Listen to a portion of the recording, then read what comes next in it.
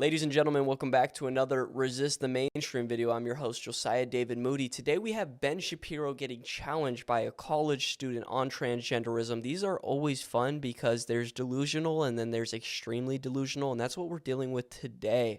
So before we get into that, please make sure you guys like this video, subscribe, and maybe even leave a comment down below. Let's see what Ben Shapiro has to say. Hi, thank you for the talk. I just had a question about a comment you made at the beginning about transitioning from male to female or otherwise. All right, first of all, his mullet, no. My mullet, so much better. Just facts.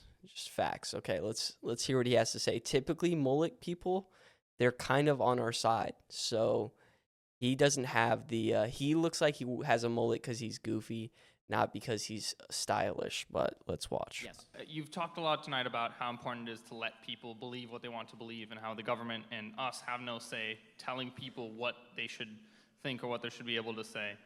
I just wanted to ask, what's the harm, if somebody's going to be a happier person because they say that they're a man or a woman, like what's the harm in just letting them do it? I'm not in favor of government banning people who are adults. Children I'm in favor of banning because... Yeah. They're never in favor of adults doing it for some reason. It's so funny. Well, if people say they're going to be happier doing it, then why wouldn't we just let people do it because they're happier? Yeah, people are happier doing cocaine and methamphetamine too, actually. People are happy whenever they can sit at home and just watch pornography and play with themselves and do lines of cocaine and methamphetamine.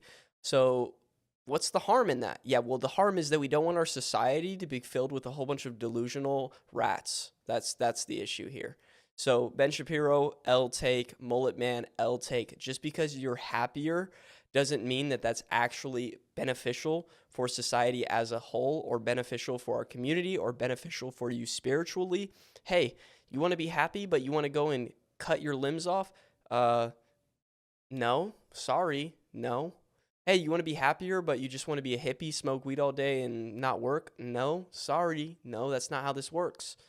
It's not how this works. These people are destructive to our entire economy, to our entire system. And if we prioritize happiness over prioritizing the well-being of our society as a whole, then that's just going to destroy things. So Ben Shapiro is literally Jewish, which means he has he believes in the Talmud, he believes in the Old Testament Bible, allegedly.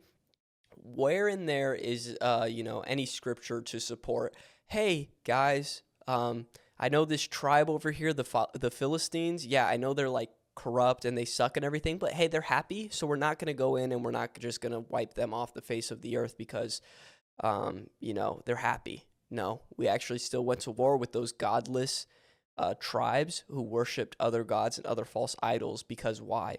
Well, because they would have an effect on the children of Israel, and they would come and they would oppress and they would put them into bondage and they would put them into slavery. This is what happens. You let these other tribes, you let them, their ideologies, you let them flourish, and you don't put your foot on their neck. And then they come up and they say, well, hey, we don't like you Christians because you're bigoted. So guess what? We're going to put you in chains. That's what we're dealing with here. But maybe Ben Shapiro needs to get back into the Old Testament, get back and read his freaking history, because he's fine with the 18-year-olds who want to chop off their peepees. Now you're talking about somebody who's not capable of consent. Right? All of our laws are based on the ability of people to consent. If you're a child, you can't consent. So I'm very much in favor of banning gender transition for kids. I think that it's frankly evil. I think you're making decisions for children who are not capable of making decisions for themselves that are permanent and have long-lasting, significant, and severe impact. As far as adults, if you're 25 and you want to get a sex change surgery and you feel like it's going to make you feel better, you have the right to do it. You do. Maybe it does, maybe it doesn't. I mean, the research on this stuff tends to be somewhat conflicting, but if it... Why do you have the right to do it? Why do you have the right to do it? Can you explain that? Why somebody has the right to go into a hospital with a doctor who takes a HIPAA, which is their vow to never hurt somebody or to never give somebody something that would affect their life in a negative way?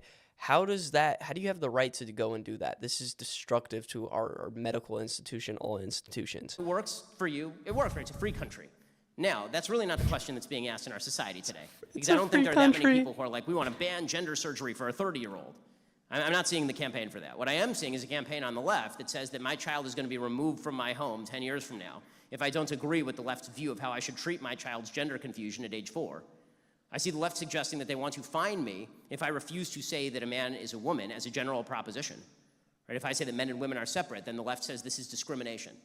Or the left is going to suggest that it has no impact on my business if I employ a woman at Hooters and she shows up the next day as a man. Right? Like that does have an impact on my business, right? But the left would suggest, well, you should sort of deal with it. Well, it turns out that gender does mean something, and it does have an actual meaning to people outside of you. Unless you're over 18, by the way. If you're over 18, then gender doesn't have a meaning. I'm not going to go along with the general societal willingness to rewrite basic facets of human nature and human biology, and frankly, mammalian biology, in order to suggest that a delusion is true. Now, unless you're over 18, of course. Then he will. Then we'll rewrite all of history and all of gender and everything. Only if you're 18, though. If the best thing for the person is for the person they can't change what they're thinking, there's no way for them to get out of it, they want to change their body so they feel that it is more in line with what they're thinking, more power to them, that's their problem. And as I've said before, by the way, I've said this 1,000 times and everybody... More power to them. More power to you guys. That's what Ben Shapiro is saying. Hey, if you're over 18 and you think that's more power to you, we unite. The Jewish Talmud lover unites with you, and we want to get on board. Yeah, okay, buddy. That seems like you're kind of like failing to understand that, hey, we allowed this to happen with adults, and therefore this is going to happen with children because it's happening with adults. And so you're saying, okay, well, when it comes to the children, I'm putting my foot in the line. It's like, yeah, it's already affected the children because now those children's parents could just go and do that and want to become transgender. Do you think that doesn't have any effect on the children either? If you're a 30-year-old man and you have a daughter or you have a son, you can transition, and what your child's just going to look at that parent and just think, "Oh, well, yeah, they're the example, but I shouldn't do this, not unless I'm 18, of course." Yeah, right. Everybody on the left automatically ignores it, of course. I've said that if I were in a room with a transgender person having dinner with that person, I wouldn't go out of my way to call them by their biological sex. Because it's rude, right? I wouldn't do that if I were sitting right across from them. But if you're asking me in a public forum whether a man is a man and a woman is a woman, or asking me to call a man a woman in a public forum, the answer is no. Wow, you heard it here. This is the man who says facts don't care about your feelings, by the way. But he does care about your feelings, actually, because it's rude and it's hurtful. Because if we're at a dinner together, that's rude. And yeah, the facts are that you can't change that, but that's rude, and my facts are going to be negated for your feelings. Wow. Sounds like Ben Shapiro has lost it, taking a massive L on this one. If it makes them happier, what's the harm?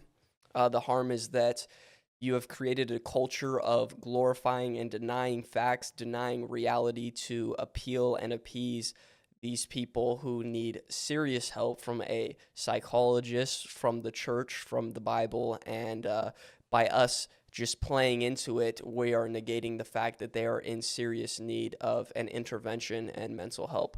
I'm your host, Josiah David Moody with Resist the Mainstream. I'll see you in the next one. Goodbye.